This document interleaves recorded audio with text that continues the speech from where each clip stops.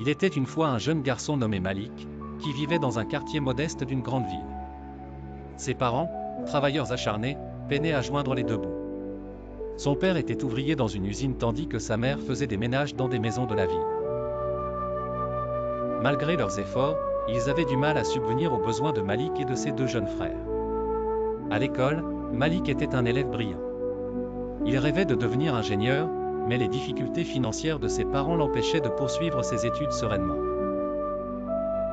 Souvent, il voyait ses camarades avec des vêtements neufs, des téléphones dernier cri et des consoles de jeux, tandis que lui devait porter des vêtements usés et réparer son vieux téléphone encore et encore. Un jour, frustré par cette situation, Malik commença à fréquenter un groupe de jeunes dans son quartier, des adolescents qui, comme lui, manquaient de moyens mais qui avaient trouvé une solution rapide, le vol.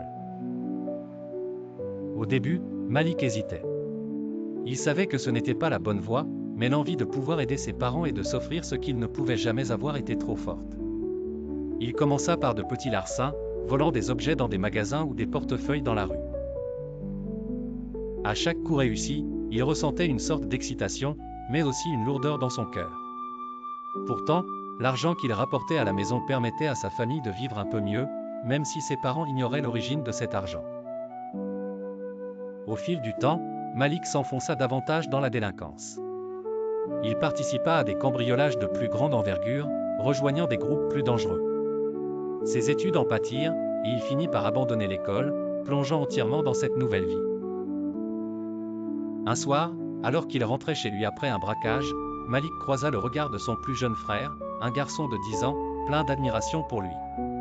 C'est à ce moment-là qu'il réalisa l'impact de ses actions. Il ne voulait pas que son frère suive le même chemin. Cette prise de conscience le poussa à se remettre en question. Il comprit qu'il avait pris le mauvais chemin par désespoir et manque de moyens, mais que ce n'était pas une excuse pour détruire son avenir et celui de sa famille. Malik décida de changer de vie. Avec l'aide d'une association locale, il trouva un emploi et retourna à l'école en cours du soir.